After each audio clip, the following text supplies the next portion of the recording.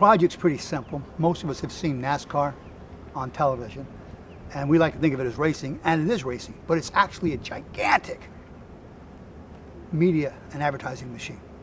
Companies pay $820 million just for the right to put it on TV. That's Fox and NBC combined. That's $8.2 billion in a 10-year period. So that's incredible. Companies pay $20, $30 million to put the name on the side of a car. That's because 300 million Americans watch NASCAR on TV, which is a gigantic US audience, but when you look at worldwide audiences, it's small. Okay, 1.7 billion people watch the Volvo Ocean Race. It's 5 times bigger, almost 6 times bigger than NASCAR. So consequently, it's a huge thing. So we're creating a powerboat version of the Volvo Ocean Race. We expect to draw the same kind of audience. Now, the Volvo Ocean Race is simply a sailboat race around the world. They start in Spain and they race to 11 different countries. When they get to the different countries, they keep a time for how long it took you to get from country to country, and they have a race in that harbor, and they have a race village where they have a boat show and everything else going for kids, etc. And then they race to the next country, and they keep points, and at the end, there's a winner.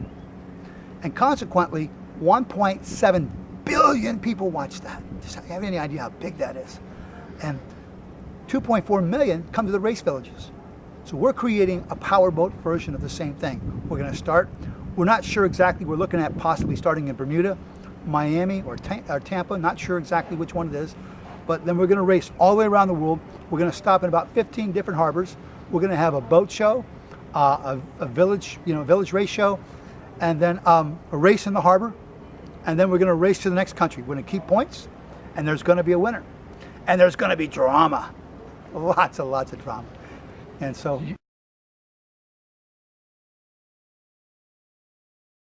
well, the Club Corp Group gives you exposure to kind of people that you would never get exposure to otherwise. And that's the real value there. As there's an awful lot of people that are connected in so many different ways. And I would say that's the big advantage of that.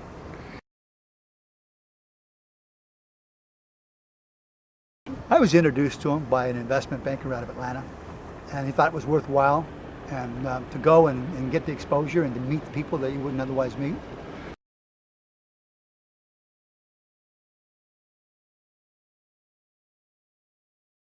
I've met quite a few, actually, that are interested. I'm still in contacts with about 7 or 8 people.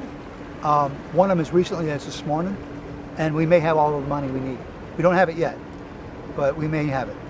So it was worthwhile going to, yes.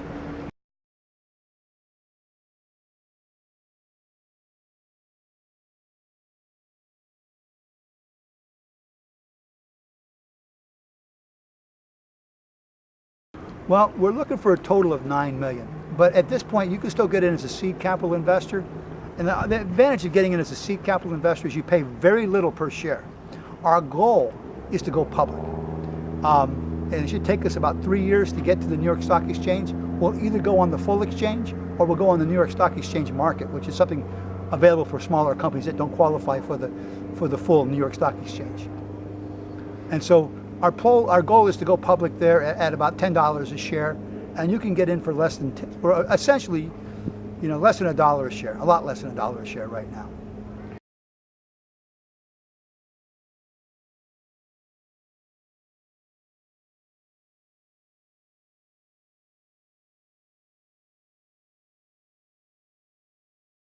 Oh, I currently hold 4 world records in boating. I guess the one that's got the most publicity is the smallest powerboat to ever cross the Atlantic Ocean, which I think is kind of cool. I've got news all over the world, but the one that I've been on NBC, Fox, CBS, the BBC, etc. But the one that's coolest to me is this magazine right here. Now, when I was in Germany, Das Boot, the German boat magazine, did a 4-page article on me, but I did the interview. This is Chinese Yacht Magazine. I've never been to China. And the coolest thing is there's a 4-page article right here, nice glossy pictures of us in China. And when you get publicity, halfway around the world, you can't get any further away than China, I don't think. Okay, and to get that kind of publicity around the world, that's cool. And so, obviously this is the local newspaper. They did a lot of articles on us, the last Vikings, etc., and the different course that we got there. But I mean, you expect that, the Tampa Bay newspaper. I live in Tampa Bay. But to get news halfway around the world is just kind of cool. We're working on putting together the first time ever in the history of mankind, a powerboat race all the way around the planet. 27,000-mile powerboat race, and we're only letting one team per country. So our goal is by the first race to have 10 countries competing, and by the end of the 5 years to have 1/4 of the countries of the world participating. And if we hit that goal, we're talking 50 countries. We're talking about a company that's worth in excess of $5 billion, well in excess of that. And so that's kind of cool. Our boat, Team USA's boat, will look a lot like this. Okay, it's 68 feet long, and it's 24 feet wide, and of course it looks like the space shuttle. For two reasons. One is that's the best design. Two is there a whole bunch of engineers came to the same conclusion that we did, that it was the best design. Plus, I grew up in Cocoa Beach, right next to Cape Kennedy. And the idea of it looking like the space shuttle is just cool as can be. But looking for what we hope to accomplish, that is by far the best design. Oh, we've got Gurit USA, which is actually a Swedish company. We've got Seartex USA, and they've already donated, between the two of them, close to $500,000 worth of materials that are in my shop right now. I already have them. In fact, we've used quite a bit of them in the construction of the boat. We've got On Track Sports Media. This is cool. This is an organization that takes all the stuff that you see on TV and puts it on your phone. So all the millennials can look at it and see what's going on. There'll be cameras all over the boat. And when somebody gets mad at somebody and punches somebody, they're going to be there to film it. I mean, it's just, that kind of stuff's going to happen, no question about it. When you put people in close quarters for long periods of time, things go wrong. But they're going to put it all over the phones. On Track Sports Media is involved. We've got Blue Sky Entertainment. We've got Nashville International Studios. We have Revolution Studios. We have, I can't remember who else. Candle. Candle. That's great. Candle jumping on board. As well as, I've got 165 resumes of people that want to join my team. I have the guy that built most of the Walmarts in North America in the 1980s on my team as one of my advisors. I've seen NASCAR on television, and we like to think of it as racing, and it is racing, but it's actually a gigantic media and advertising machine. Companies pay $820 NBC combined. That's $8.2 billion in a 10-year period. So that's incredible. Companies pay $20, $30 million to put the name on the side of a car. That's because 300 million Americans watch NASCAR on TV, which is a gigantic US audience, but when you look at worldwide audiences, it's small. Okay, 1.7 billion people watch the Volvo Ocean Race. It's 5 times bigger, almost 6 times bigger than NASCAR. So consequently, it's a huge thing. So we're creating a powerboat version of the Volvo Ocean Race. We expect to draw the same kind of audience. Now, the Volvo Ocean Race is simply a sailboat race around the world. They start in Spain, and they race to 11 different countries. When they get to the different countries, they keep a time for how long it took you to get from country to country, and they have a race in that harbor, and they have a race village where they have a boat show and everything else going for kids, etc. And then they race to the next country, and they keep points, and at the end, there's a winner. And consequently, 1.7 billion people watch that. Just have any idea how big that is? And 2.4 million come to the race villages.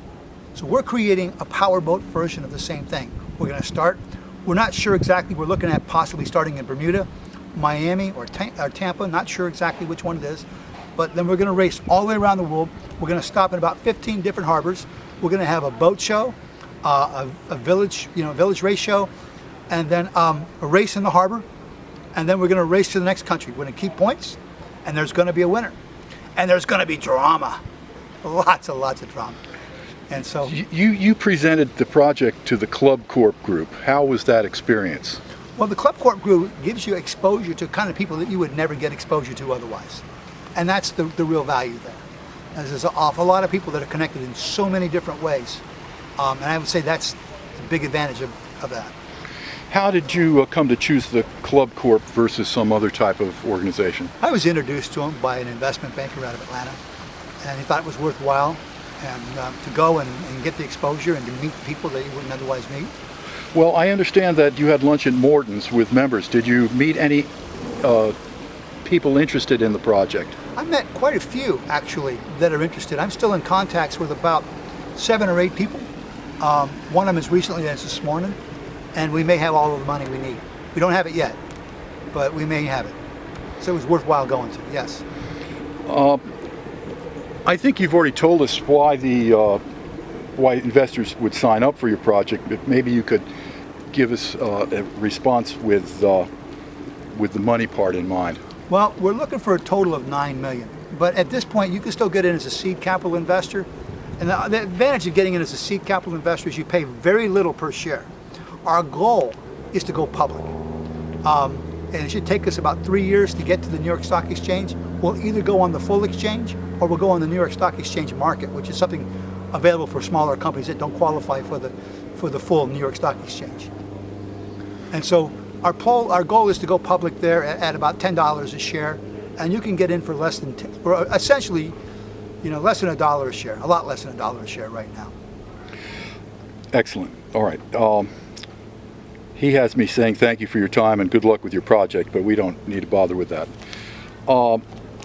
Ralph, tell me, how many world records do you already have? Oh, I currently hold 4 world records in boating. I guess the one that's got the most publicity is the smallest powerboat to ever cross the Atlantic Ocean, which I think is kind of cool. I've got news all over the world, but the one that I've been on NBC, Fox, CBS, the BBC, etc. But the one that's coolest to me is this magazine right here. Now, when I was in Germany, Das Boot, the German boat magazine, did a 4-page article on me, but I did the interview. This is Chinese Yacht Magazine. I've never been to China. And the coolest thing is there's a 4-page article right here, nice glossy pictures of us in China. And when you get publicity, halfway around the world, you can't get any further away than China, I don't think. Okay, and to get that kind of publicity around the world, that's cool. And so, obviously this is the local newspaper. They did a lot of articles on us. The Last Vikings, etc., and the different course that we got there. But, you expect that, the Tampa Bay newspaper. I live in Tampa Bay. But to get news halfway around the world is just kind of cool. What is the project that you're currently working on? We're working on putting together the first time ever in the history of mankind, a powerboat race all the way around the planet.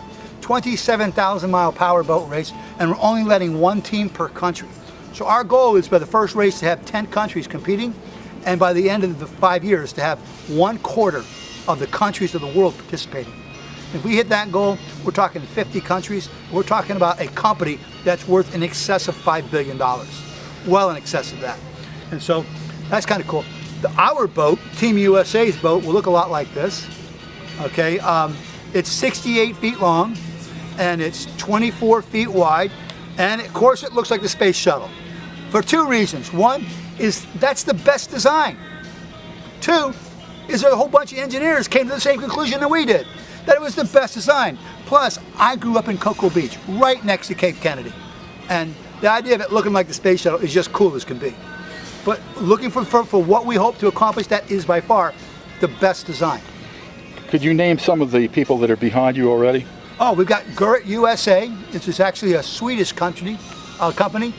We've got Sirtex USA, and they've already donated, between the 2 of them, close to $500,000 worth of materials that are in my shop right now. I already have them.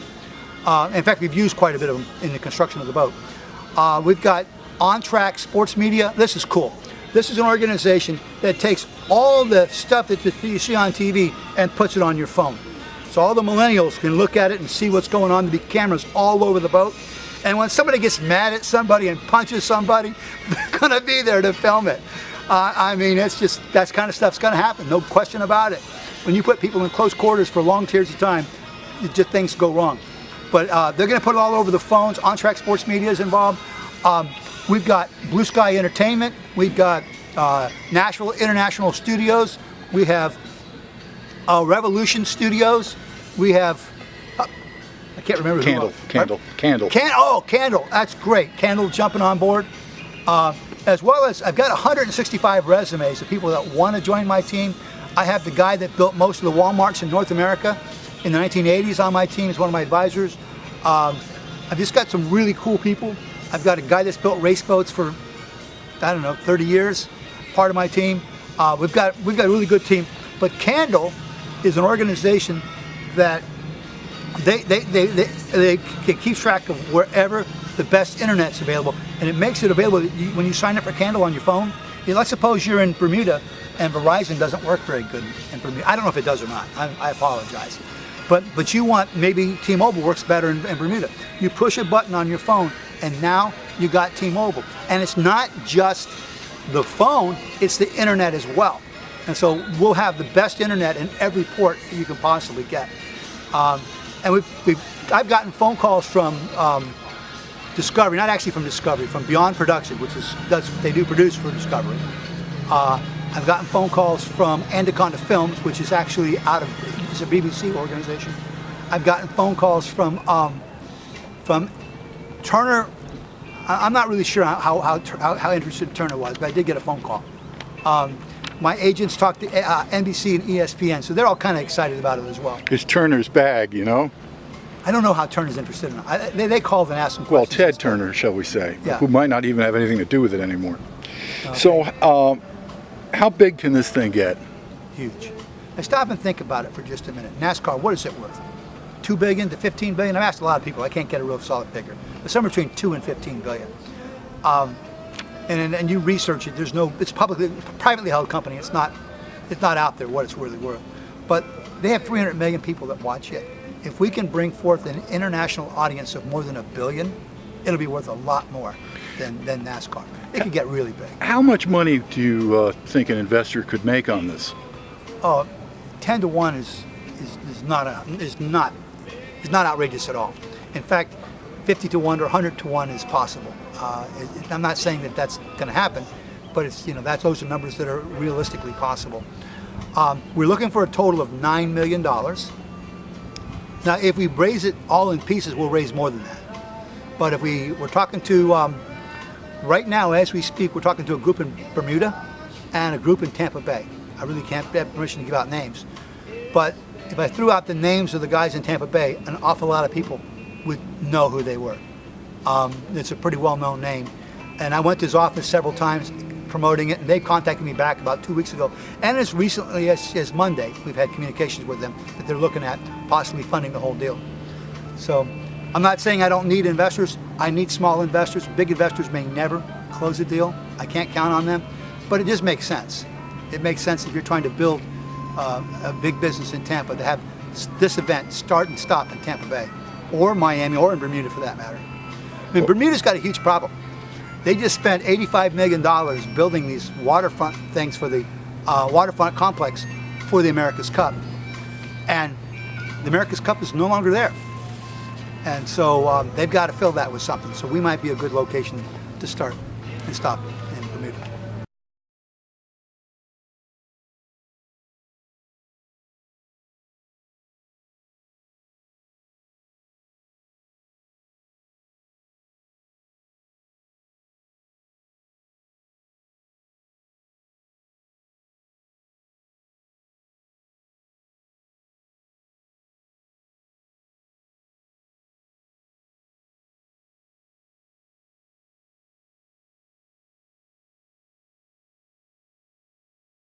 This is the model of what we're building. It's our race boat, Team USA. It's 68 feet long and it's 24 feet wide. You can put 4 school buses underneath it. That's how big it is. That's just wow. All right, that's good. That's good.